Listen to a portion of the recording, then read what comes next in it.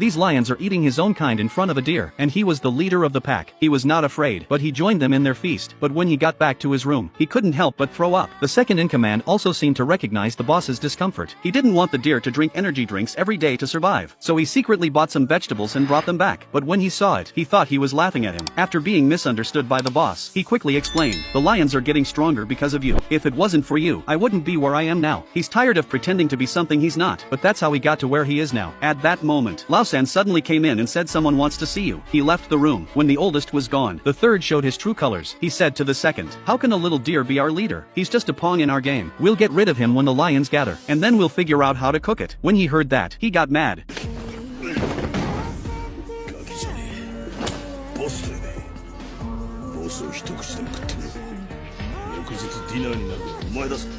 Then something happened at the black market, so Louis brought them here. It turns out that the owner of this venison store is unusually arrogant. He didn't want to cooperate with them because he had other powers behind him. He said he had nothing to say to them, and it's the boss who has to do the talking. Although he's a herbivore, but he's no less powerful than these carnivores.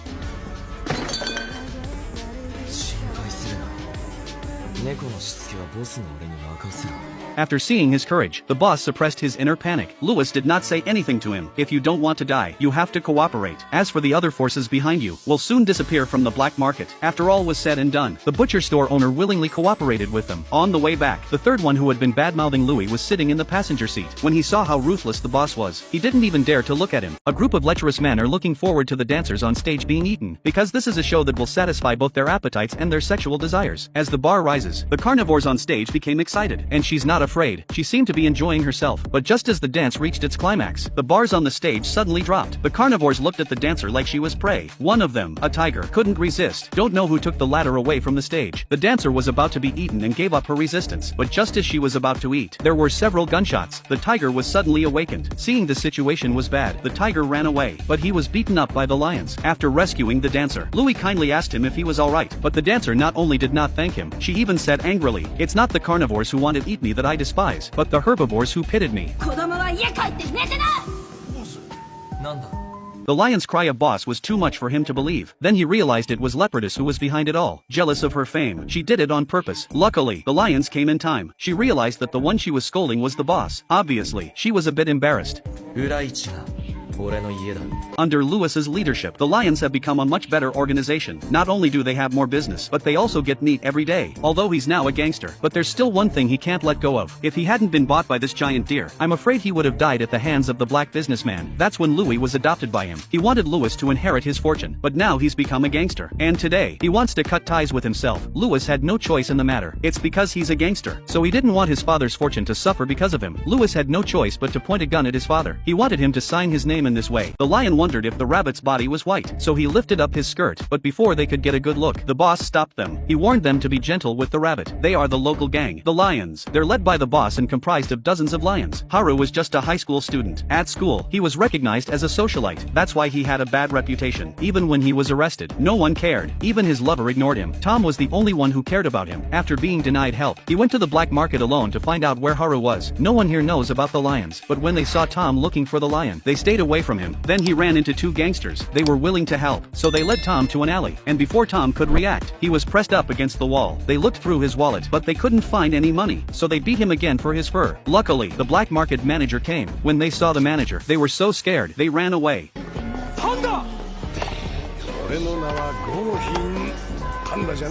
Panda had helped Tom before. When he found out that Tom was looking for the lions, he told him about the lions. They are an organization that kills herbivores. Even I wouldn't dare to mess with them, not even a wolf like you. But Tom didn't listen. He wanted to save Haru, even if he had to die. Because of what happened before, he has to make amends with her this time. If he succeeds, he will tell him how he feels. In the end, the panda didn't tell him where it was, but Tom found the address. The place was heavily guarded. Before he could think of a way out, a gun was pressed against his back. On the lion's body, Tom smelled Haru's scent. The lion told him the rabbit was gone. I'm afraid I'll have to spit it out if I want to see him. That certainly pissed Tom off.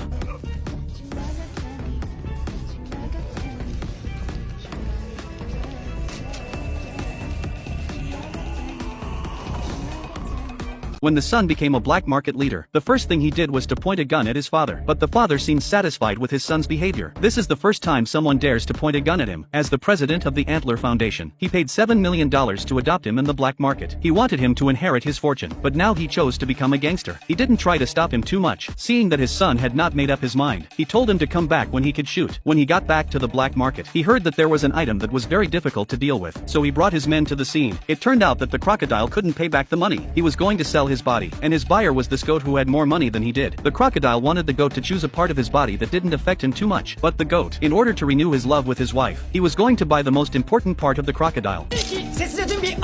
For such a twisted food chain, as the leader of the lions, he's used to it. After completing the deal, he went to the rooftop overlooking the black market. Under his leadership, the power of the lions spread throughout the black market. But Lewis wasn't happy about it, because before he became the leader of the lions, he was the most promising herbivore to become the Beastar. That was his original goal. But at the upcoming council meeting, Lewis was not present. This aroused the anger of all the herbivores. But the carnivores were very happy, as Louis's boss. In fact, he knew that Louis had become the head of the lion team, so he lied to everyone. Lewis didn't want to become the Beastar for the sake of freedom. He asked everyone here to choose another one. But now, except for him, there was no one else who could be the star of the beast. At that moment, the mouse next to him gave us a good suggestion. I heard that there was a case of cannibalism at the Tiger Academy, but the murderer has not been found yet. Whoever finds the murderer will be the next star of the beast. At that moment, Tom was still relaxing in the college, washing clothes. Suddenly, something fell from the ceiling. It was a boa constrictor with 6 eyes. This wolf sits next to meat every day in order not to eat it. He wanted to control his cravings in this way, but even after controlling his body, but his mouth is still watering. The flavor of meat stimulates his taste buds, but to protect the herbivores, he has to keep going. Just as he's about to lose it, the panda reminds him outside. That's what stabilized him. The panda has developed this training program, but this irrational training, not only did it not make him stronger, instead, it made him lose his strength. As carnivores, it's their nature to eat meat. To build a strong body, it's vital to consume meat, although it's illegal to eat meat in this world. But some soldiers and athletes eat meat on the sly. But Tom's goal is to be strong, is to protect herbivores. What would be the point of eating their flesh? This kind of idealism is destined to keep Tom from becoming strong. But he was stubborn enough to keep going, thought he would give up. But after a week, when the panda opened the door again, he found Tom stroking the flesh. Apparently, he'd gotten the better of himself. Not only was he able to calm down in front of the meat, he even created a tombstone for the meat. He even looked up their names. It was the first time the panda had seen an animal that could control its desire. He finally recognized Tom's inner strength. He thought that Tom could really get stronger, and this was just the first obstacle in the process. To make him stronger, Panda brought him to the black market, because there are all kinds of social scum here. This wild dog was Tom's target for today's training. In order to get Tom to stop using the power of his jaws, he had his mouth tied up, and then when he wasn't looking, he threw him down. A wolf is not a feline. The fall almost killed him, but it also managed to attract the attention of the wild dog. When he saw the food, his mouth was watering. Do you know how cruel the world is where carnivores and herbivores coexist? If a carnivore fails to control his desires and causes an accident, he will never be able to hold his head up. This panther was stretching just now. He didn't control his strength. He accidentally tore off the anteater's arm. Seeing the injured anteater on the ground, he kept explaining to his classmates, but his classmates got scared too, worried that they would be the next victims. Only the tiger tried to calm the panther, and the anteater, with his broken arm, is in unbearable pain, fearful. He doesn't want any more predators near him, but there's no one around to pick him up but the carnivores. If he doesn't receive treatment, his life will be in danger. The anteater called out Tom's name. Of all the animals, Tom is the one he trusts the most. Tom also saw his pain. He didn't hesitate to carry him on his back. Before he left, he wondered who would take the rest of the broken arm. All the animals on the field were silent. Luckily, the brown bear stepped forward and wrapped the broken arm. He was willing to go with Tom. Here, the eagle and tiger were still trying to calm the panther, but he couldn't calm down with his friend's arm torn off, even if they were willing to testify on Panther's behalf. But that's not what worries the panther. It's the look of the herbivores behind him, or worse, the suspicion that he was the one who killed Tim. But he didn't kill Tim, and if he's suspected because of it, don't think he'll be able to stay in school. Only Tom knows who really killed Tim. After the anteater was taken to the hospital, Tom did not rush back to the hospital. When Tom asked the bear if he was Tim's murderer, the brown bear did not hide. He admitted that he was the one who ate Tim. Before Tom could say anything, the bear was ready to finish him off right here. Looked at the huge monster in front of him. Tom knew he couldn't beat him. Even so, he tried to fight him, but then he was suddenly interrupted. It's the goat, delivering something to the anteater. When he saw the two of them getting ready to fight, he didn't care. He just said it would cost a lot of money to fix the ceiling, and on his way out, he emphasized that he wouldn't tell anyone, and that's when Tom grabbed him by the scruff of the neck, trying to tell him again that you didn't hear anything, and he knew what Tom meant, and he told him he'd intervene, and if the goat intervened, I'm sure the brown bear wouldn't leave him alone, but the bear knew that if he killed them both, he'd be exposed. The goat knew that too.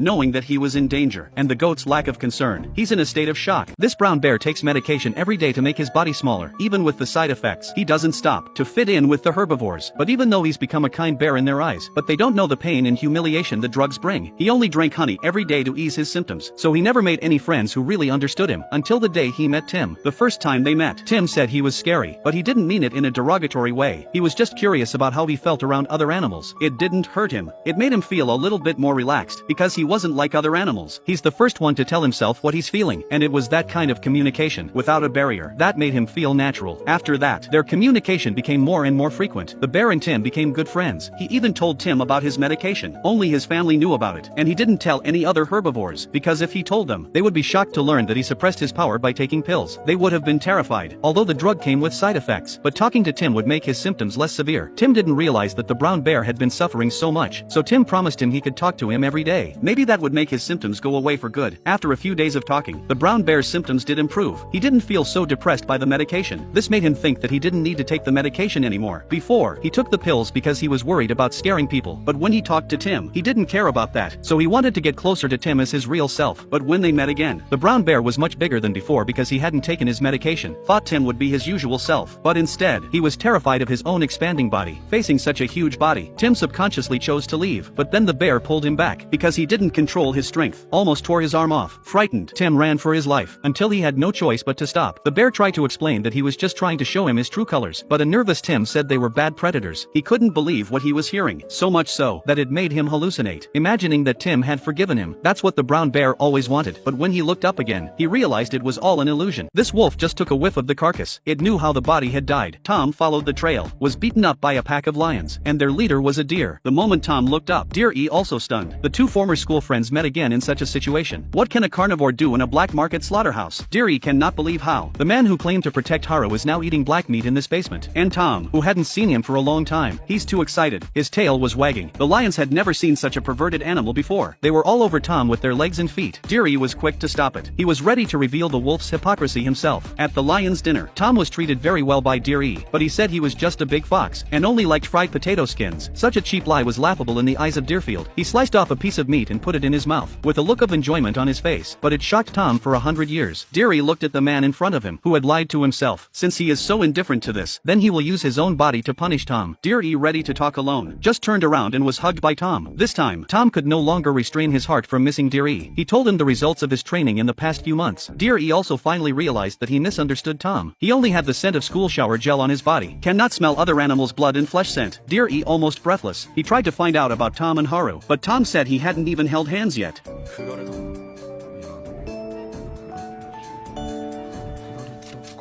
But he's going to work hard for Haru. Diaki also told him about his current situation. As he saw it, he's become the leader of the lions, and they're using each other. The lions are just trying to make a living here. Diryi is just doing his best to maintain the harmony of the underground black market. Tom wants to take him away, but he can't leave anymore. The lions have become his family. He refused to run away from the black market.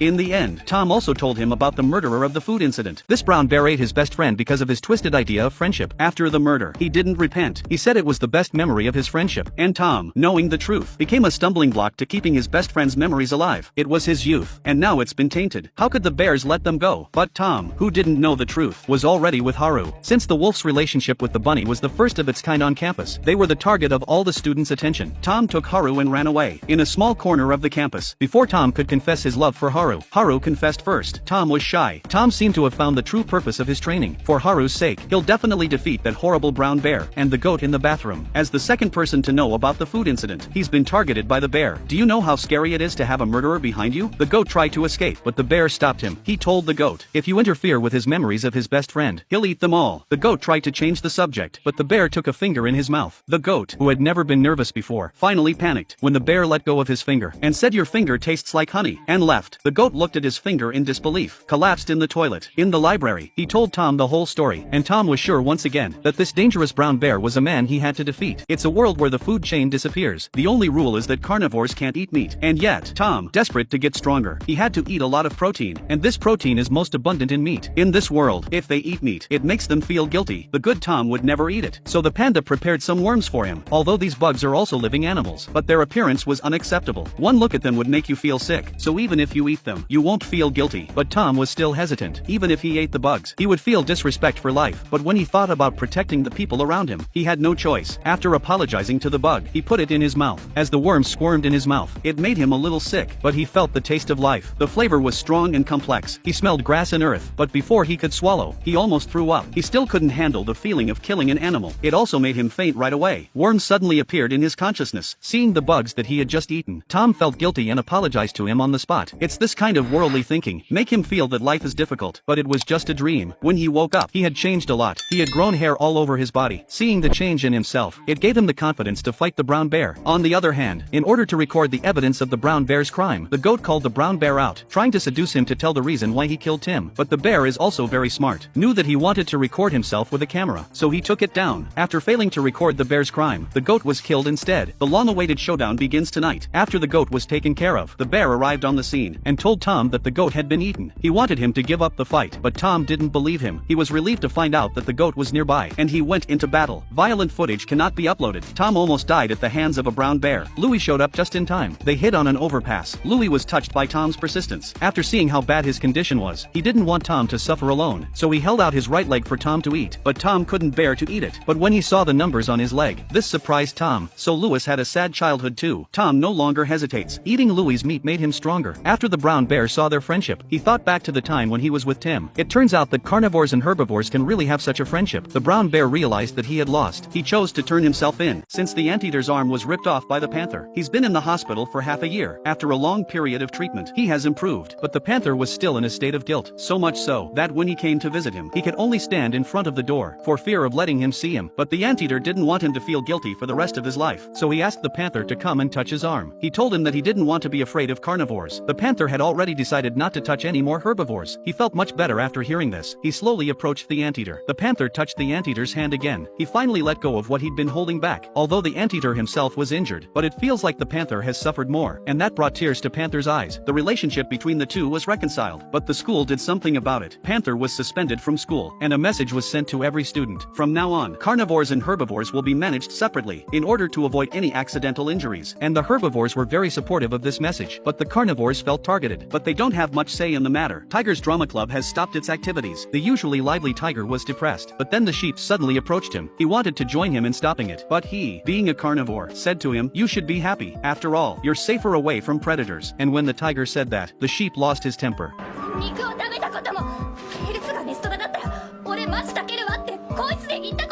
Although tigers have a lot of problems, but when we're in the club together, Tiger's selflessness is obvious to everyone, and it's because of the clubs that they get to know each other. They got to know each other better. That's why he strongly opposed the school's decision to stop the club, and because of his excessive talking, Sheep almost fainted. Luckily, Tiger helped her in time. Seeing her working so hard, the tiger didn't hesitate anymore. He agreed to join her in protesting to keep the club, and after that, Tom successfully found Tim's murderer, and caught him, but because he ate one of Louis's legs, he was arrested for the crime of cannibalism. Thanks to his friend's testimony, he was released, but he'll still have to live with his conviction. In his current condition, he didn't think it was a good idea for him to stay in school, so he told Haru he was dropping out. He didn't tell her why. He just said that he had a lot to learn about the world. 私、彼氏作っちゃうかも。